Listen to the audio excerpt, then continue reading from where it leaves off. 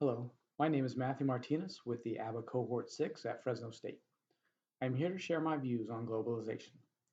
The brief perspectives I will provide include the pros and cons of globalization related to the effect on jobs and wages.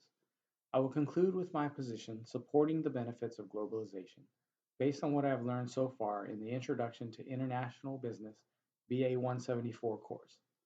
First, let's define globalization.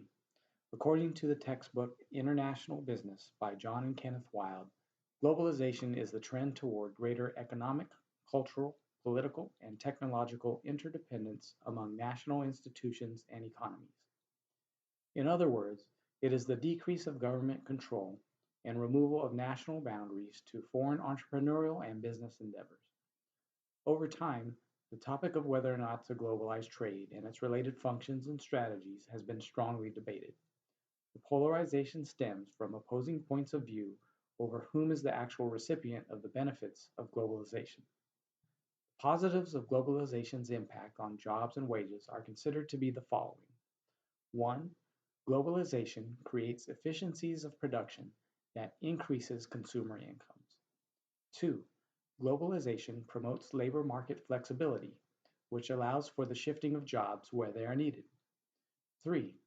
Globalization outsources jobs to skilled workers in developing countries to increase living standards. 4. It can strengthen labor rights in emerging countries as foreign direct investment firms' best interests are at stake in the host regions. The opposing view includes the following. Globalization takes away domestic job opportunities by way of outsourcing to developing nations. 2. Globalization lowers wages, job security, and employee morale in developed nations. 3. Developed nations' workers are being exploited at low wages by foreign firms. 4. Bargaining power of the domestic labor force is diminished due to low cost of productions overseas. In my thus far brief education on globalization, I will say that I am supportive of globalization for the long-term growth of all nations.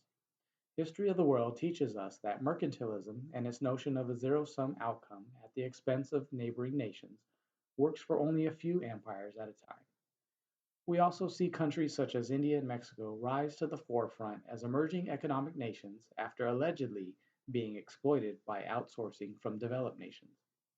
And let's not forget how advances in technology and the use of social media has blended cultures and made natural and man-made boundaries somewhat irrelevant already.